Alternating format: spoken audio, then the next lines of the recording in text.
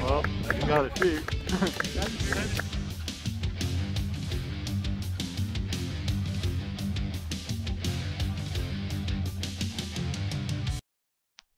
So my first note about this launch is the short burn time of the Quest D20 Q-Jet. And you can see it in the launch as well as the thrust curve that the burn time is less than a second. And if you don't know how to read thrust curves, make sure you check out my video titled How to Read Rocket Motor Thrust Curves. You can see the thumbnail right there, and I'll provide the link in the description.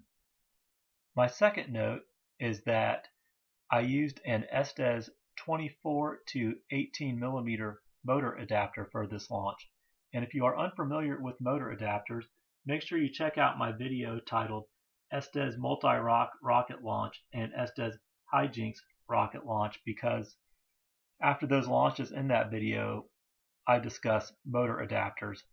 And you're looking at the thumbnail right now, and I will provide the link in the description for that video.